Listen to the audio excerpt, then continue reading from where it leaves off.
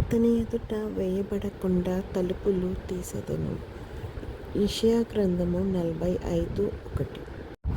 పరలోకమందున్న మా తండ్రి, నీ నామము పరిశుద్ధపరచబడును గాక. నీ రాజ్యము వచ్చును గాక. నీ చిత్తం పరలోకమందు నెరవేర్చున్నట్లు భూమి యందు నెరవేరును గాక. మా అనుదిన ఆహారం నేడు మాకు దయచేయము. ఇతరులు మా ఎడల చేసిన అపరాధములను మేము క్షమించిన ప్రకారము మా అపరాధములను క్షమించుము. మమ్మల్ని శోధనలోకి తేక కీడు నుంచి తప్పించుము. ఎందుకనగా రాజ్యము, శక్తియు, మహిమ నిరంతరం నీవై ఉన్నాయి తండ్రి.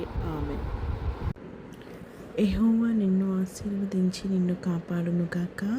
యెహోవా నీకు తన సన్నిధిని ప్రకాశింపచేసి నిన్ను కరుణించునుగాక. యెహోవా నీ మీద తన సన్నిధి కాంతి ఉదయింపచేసి నీకు సమాధానం కలుగజేయునుగాక.